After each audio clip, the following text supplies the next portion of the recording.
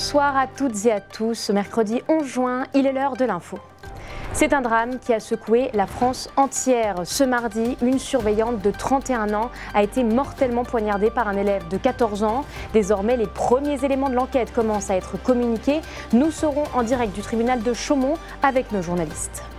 Des maisons à moins de 100 000 €, ça existe encore. En Haute-Marne, malgré la baisse démographique, l'immobilier attire toujours, porté par des prix parmi les plus bas de France. À Bar-le-Duc, la vitesse et l'imagination étaient à l'honneur pour la toute première course de caisse à savon. Entre Boline-Maison, virage serré et descente à 90 km/h, l'événement a conquis pilotes et spectateurs. Après l'annonce de la nouvelle fermeture temporaire des urgences de Saint-Dizier, le maire Quentin Brière s'exprime. Nous ferons le point avec lui à la fin de ce journal.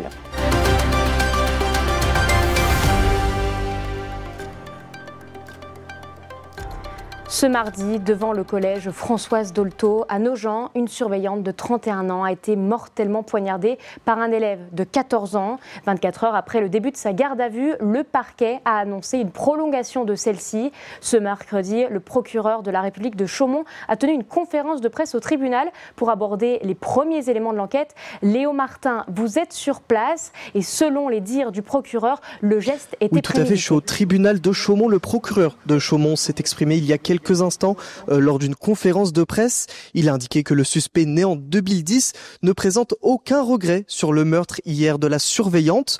Il aurait pris le couteau le plus gros de sa cuisine de chez ses parents. A priori, 7 coups de couteau aurait reçu la victime, cette surveillante de l'établissement, lors de l'autopsie qui a été réalisée. Concernant le profil du suspect, il se montre détaché concernant les faits. Il reconnaît le passage à l'acte sans aucun regret, ni aucun remords et aucune compassion. Il aurait été sermonné par une surveillante quelques jours auparavant alors qu'il embrassait sa petite amie. Ce geste a donc été prémédité. D'après le procureur, il n'avait pas de casier judiciaire, sa famille non plus n'avait pas de casier judiciaire. Pour le moment, la garde à vue a été prolongée. Il risque jusqu'à 20 ans de prison. Merci Léo pour tous ces éléments et bien sûr nous continuerons de vous tenir informés. Un article live avec toutes les informations en direct est à retrouver sur notre site internet puissancetélévision.fr et notre application mobile. En parallèle, plus de 150 personnes se sont réunies ce mercredi soir devant la mairie de Chaumont. Un rassemblement silencieux, plein d'émotions, en hommage à Mélanie Grappinet, surveillante du collège Françoise Dolto, décédée dans l'exercice de ses fonctions. Chanice Gallard était sur place et a rencontré les représentants syndicaux à l'origine de cette manifestation. Les enseignants étaient particulièrement sidérés par ce qui s'est produit. C'est-à-dire que notre collègue a été assassiné, a été tué à coups de couteau. Donc en exerçant ses fonctions. Donc toute la communauté éducative est choquée. On a eu des témoignages de toute la France qui sont montés pour apporter du soutien à la famille, aux collègues qui traversent une phase difficile. Voilà. Que rajouter de plus ? De toute façon, c'est très récent, donc c'est difficile de se détacher de l'événement lui-même pour analyser la situation vis-à-vis de l'éducation nationale, vis-à-vis des conditions de travail qu'on a dans le milieu rural. C'est pas tout à fait le même genre d'événement qui peut arriver dans le cadre citadin, dont on parle beaucoup. Mais il faut savoir que dans le secteur rural, il y a aussi de la misère, il y a aussi toutes sortes de choses qui font que les élèves, les jeunes en général, et les familles sont pas forcément bien non plus et peuvent à tout moment déborder. Et à savoir que sur les réseaux sociaux, les messages de soutien se multiplient envers la famille et les élèves qui ont vécu ce traumatisme. Tout autre chose, désormais, la Haute-Marne est le deuxième département où le prix du mètre carré est le plus bas. Le prix d'achat moyen est de 950 € au mètre carré. En France, la moyenne est plutôt à 3 000 €. Un écart de prix grandissant. Dans le département du Grand Est, les maisons à moins de 100 000 € sont assez fréquentes et elles trouvent preneurs. Les détails avec Léo Martin et Lisa Wagner. 45 000 € pour cette maison dans ce petit village de Vigne-la-Côte. Ce n'est pas la seule à ce prix-là. En Haute-Marne, le prix moyen du mètre carré est d'environ 970 €, ce qui en fait l'un des départements les moins chers de France. À titre de comparaison, dans la Meuse, le prix est de 1 000 € le mètre carré. Finalement, il n'y a pas de chauffage depuis des années, elle est quand même assez bien conservée cette maison. Cette habitation est en vente depuis quelques mois. À l'intérieur, tout est à refaire, la chaudière ou encore l'isolation. À l'extérieur, une partie de la toiture est également en mauvais état. Dans ce corps de ferme, un jardin de plusieurs centaines de mètres. Les prix sont abordables, surtout dans ce secteur. On va se fier au prix de l'immobilier autour de nous. On va comparer les biens qui sont similaires. Voilà. Et en fait, par rapport à ce type de bien, eh bien, le marché de l'immobilier étant très fluctuant, on va s'adapter au prix actuel tout simplement. Voilà.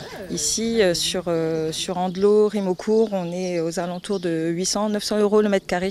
Dans le département, ces biens sont recherchés par des retraités ou des personnes qui ne viennent pas du secteur. De plus en plus de maisons sont disponibles. En Haute-Marne, le nombre d'habitants ne cesse de diminuer.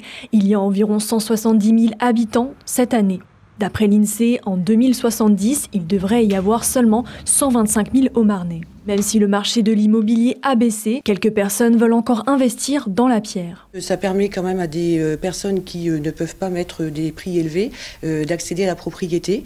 Je pense notamment aux jeunes couples ou aux jeunes même des fois célibataires. Donc ils s'orientent plus vers l'acquisition. Et on a quand même connu une grosse baisse l'an passé. Et là on est sur une légère reprise qui est timide mais qui s'amorce quand même. Le prix médian du mètre carré a augmenté de plus de 20% sur les 5 dernières années dans le département. Pour autant, en France, il se classe à la 2e place dans les biens les moins chers d'après l'agence d'attractivité de la Haute-Marne. À Bar-le-Duc, les amateurs de sensations fortes avaient rendez-vous ce week-end avec la première édition d'une course de caisse à savon. 71 pilotes engagés, des engins faits maison et une pente de 200 mètres de dénivelé. La course a transformé la descente Paul-Val en une véritable piste de vitesse. Entre performance sportive et esprit bon enfant, je vous emmène à la rencontre des pilotes avec Mathis Grenier. 71 compétiteurs, des bolides et des caisses folkloriques. Bienvenue à la première édition de la course de caisse à savon de Bar-le-Duc. Ce week-end, la vieille côte de Paul-Val s'est transformée en piste de vitesse. 650 mètres de descente, 200 mètres de dénivelé. Un tracé de choix pour l'organisation. Ici, c'est très intéressant, étant donné que c'est beaucoup vallonné. Ce qu'il y a, c'est que ce matin, on était un peu surpris avec la route très grasse, la pluie et tout. Donc le matin, on a fait une manche non chronométrée. Alors, les conseils, c'est surtout, là, on a 2 virages qui sont très compliqués à maîtriser, quoi. Donc là, a priori, ils sont en train de sécher. Donc on a déjà briefé nos pilotes en disant qu'il faut faire hyper attention dans ces 2 virages. En théorie, cet après-midi, si le sol revient sec, ça devrait rouler un petit peu plus vite et on devrait arriver vers des 90 voire 100 km/h en bas. Sur le parking de l'hôtel du département, des pilotes habitués du championnat, mais aussi des têtes brûlées qui s'essayent à la discipline. C'est ma toute première fois justement. Donc en fait j'ai vu que c'était à côté de chez moi et j'ai toujours été attiré par ça, donc je me suis dit pourquoi pas moi. Et ici, tout est fait maison. Gabriel a construit sa caisse à savon de A à Z. Du coup moi je suis parti donc d'un châssis de karting, donc où j'ai retiré le moteur et tout ça. Tout ce qui est transmission, j'ai tout retiré dessus. Donc j'ai renforcé un petit peu quand même malgré tout le siège et tout ça vu qu'on est quand même vachement bas. Donc là on a du PVC de 40 donc pour faire la limitation des poteaux de rugby. Et pour donner la forme globale du ballon de rugby, j'ai pris donc du PE, c'est du PVC souple qu'on utilise pour faire des raccords de plomberie en général dans des maisons. Le Meusien s'élance.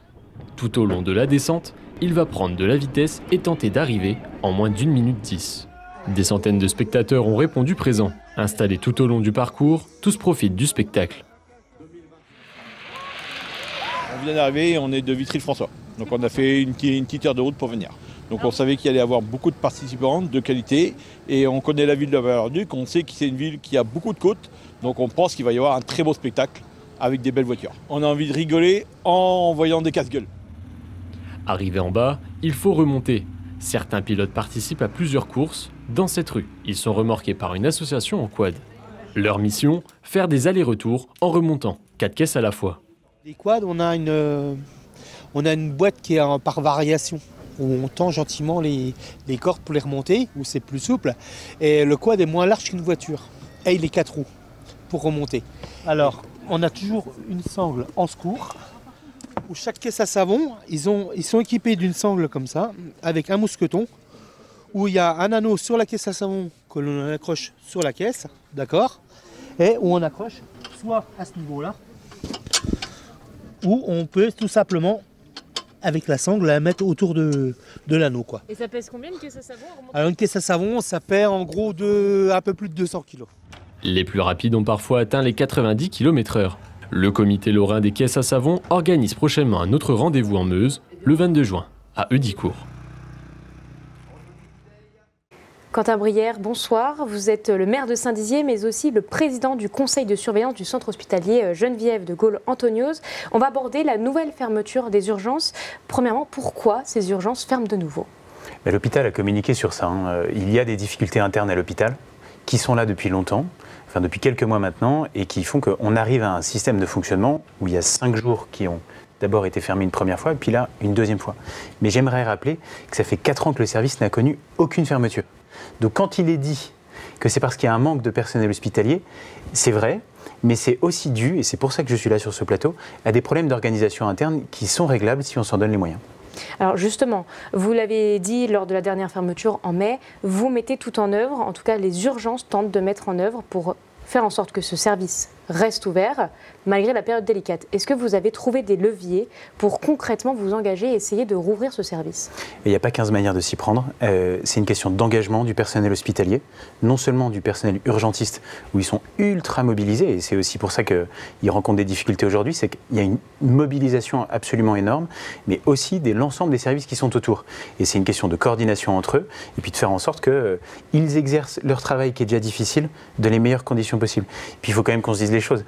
C'est partout en France qu'il y a des fermetures d'urgence qui sont régulières. Nous, pendant 4 ans, il n'y en a pas eu. Et on s'est presque habitué à ça. Mais tant mieux. Maintenant, il faut qu'on revienne à ce fonctionnement où les médecins aiment notre hôpital, n'ont pas peur de venir chez nous et reviennent parce qu'ils retrouveront ici des conditions de travail où ils se sentent écoutés et où ils se sentent aussi considérés comme il le faut. Alors justement, ces médecins, ce personnel, vous l'avez rencontré, vous avez eu des réunions aussi avec l'ARS il y a quelques temps, la direction de l'hôpital. Quelles sont selon vous les propositions concrètes qui pourraient faire en sorte que ce service réouvre de manière, comme vous l'avez dit, il y a 4 ans ? Et ce qui est sûr, c'est qu'il ne faut pas un grand débat pour l'hôpital, mais il faut des décisions. Pour trouver les bonnes décisions à prendre, ce que j'ai fait, c'est que j'ai passé un temps extraordinaire avec l'ensemble du personnel médical, paramédical, avec la direction et avec l'ARS. Et en discutant quotidiennement avec l'ARS et avec le personnel médical, on se rend compte qu'il y a des décisions qui doivent être prises, mais qui ne sont pas de l'ordre de la déclaration. Ces décisions, cependant, on ne peut pas les prendre nous-mêmes, là, aussi facilement que ce qu'on pourrait espérer. Donc j'ai saisi, il y a quelques jours maintenant, la ministre de la Santé, Madame Vautrin, j'ai saisi son cabinet, j'ai saisi la directrice générale de l'ARS pour que les décisions dont on a besoin, que je ne peux pas évoquer là parce qu'elles sont un peu précises, eh bien qu'elles tombent très rapidement et je l'espère d'ici la fin de la semaine. Pendant cette période, le service d'urgence reste tout de même accessible pour les urgences, oui, pour les personnes. Quelles sont selon vous les réelles difficultés qui pourraient se poser aux patients qui souhaitent accéder à ce service ? Là, aujourd'hui, il faut que le patient il appelle le 15 et il peut, s'il a une urgence réelle, notamment s'il est un enfant ou s'il est une femme qui est enceinte, eh bien, accéder au service hospitalier ou bien sûr s'il est en danger de mort ou que sais-je. Là, le service des urgences est là pour lui. Et puis sinon, il est orienté en véhicule vers les urgences de Bar-le-Duc et de Vitry-le-François qui sont heureusement en soutien auprès de nous. On l'a souvent été aussi pour eux quand c'était nécessaire. Donc il y a une solidarité là qui fait œuvre et qui montre aussi qu'on a raison de ne pas rester seul. Pas l'hôpital de Saint-Dizier dans son coin, ni celui de Bar-le-Duc, ni celui de Vitry-le-François. C'est bien en travaillant ensemble qu'on arrive à trouver des solutions. Alors justement, ces solutions, donc vous le disiez, elles sont en cours d'être prises, enfin ces décisions sont en cours d'être prises. Vous avez une stratégie durable, vous imaginez une stratégie durable ou c'est des choses très ponctuelles ? La stratégie durable, d'abord, c'est de plus travailler ensemble sur l'ensemble des centres hospitaliers du territoire, de ce qu'on appelle un groupement de territoire, hospitalier de territoire. Donc c'est avec l'hôpital de Bar-le-Duc, l'hôpital de Verdun, l'hôpital de Vitry-le-François et le centre hospitalier de la Haute-Marne. Donc on travaille beaucoup ensemble et là les décisions que j'appelle de mes voeux, on souhaite les obtenir ensemble. Donc on a écrit ensemble à la ministre de la Santé. Et puis là, la stratégie de long terme, en fait, quand on est maire, c'est pas compliqué, mais à la fois c'est très long à obtenir. C'est améliorer la qualité de vie sur notre territoire. Donc plus de trains et de meilleurs trains. Donc là, je travaille avec la SNCF et la région, mais vous voyez comme c'est difficile. Aussi avoir un contournement de notre ville qui soit amélioré pour que le transport en véhicule soit amélioré aussi, que ce soit pas la croix et la bannière de venir de loin, et puis faire en sorte, vous l'avez dit tout à l'heure dans vos reportages, qu'on puisse trouver ici une maison, une qualité de vie avec sa famille, avec ses enfants, qui soit agréable, parce que quand tu es jeune médecin et que tu veux t'installer ici, tu te dis, est-ce que vraiment je suis prêt à faire ma vie sur ce territoire ? Et c'est là où nous, on doit pouvoir intervenir. Donc on a une conciergerie qui a été mise en place aussi avec l'agence d'attractivité de la Haute-Marne pour pouvoir accueillir toute personne qui veut venir ici, et surtout les médecins, parce qu'on a besoin d'eux. pour garantir une offre de soins optimale pour les habitants. Quel est le message que vous voulez adresser à nos spectateurs, les habitants inquiets, j'ai envie de dire, parce que ces fermetures à répétition inquiètent la population? Le message, il est celui que je viens de vous dire là. Il ne faut pas un nouveau grand débat sur l'hôpital. Là. Il y a des décisions très précises qui doivent être prises. Moi, je les ai trouvées, ces décisions. Maintenant, je ne peux pas les prendre moi. Donc, nous les exigeons et nous espérons que nous les obtiendrons. Toute mon énergie est mise à ça. C'est aussi pour ça que je viens ici, pour vous le dire. Et pour le dire que je ne le fais pas seul. Je le fais avec l'ARS et l'ensemble du personnel médical et hospitalier dont on a besoin. Je vais avoir un mot aussi pour eux. Leurs conditions de travail sont très compliquées. Non seulement dans notre centre hospitalier, mais partout en France. Et donc, à la fois, il faut exiger le meilleur d'eux et en même temps, il faut qu'on soit en soutien. Et donc, merci pour le travail qu'ils font. Et on espère que ces urgences retrouveront le calme qu'elles ont connu en fait pendant des années et donc la qualité d'accueil qu'on mérite tous pour les petits bragards comme les plus anciens et comme l'ensemble des bragards et les habitants du territoire. Merci Quentin d'avoir été avec nous, Quentin Brière, et d'avoir répondu aux inquiétudes des habitants. Merci à vous. C'est la fin de notre édition. Merci de nous avoir suivis. Tout de suite, la météo. L'information continue sur puissancetélévision.fr. Bonne soirée.